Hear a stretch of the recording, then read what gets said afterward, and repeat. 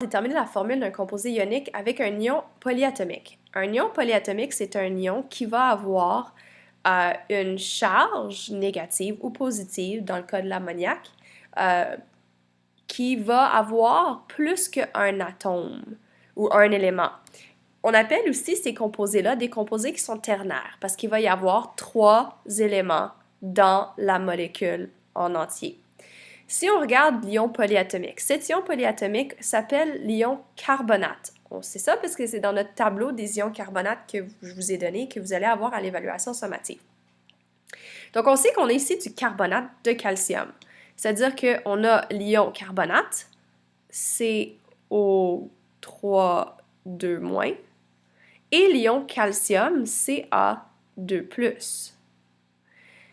Pour déterminer sa formule, il faut qu'on inverse encore les ions. Donc, si l'ion carbonate est en premier, il va être en dernier. Si l'ion calcium est en dernier dans le nom, il va être en premier dans la formule. Donc, on va avoir du CaCO3. Ici, ensuite, à la prochaine étape, c'est de déterminer est-ce que les proportions sont bonnes pour s'assurer que le composé est neutre. On voit que si on a un calcium, c'est un 2+. Si on a un carbonate, c'est un 2-. On sait que 2+ et 2-, ça donne 0.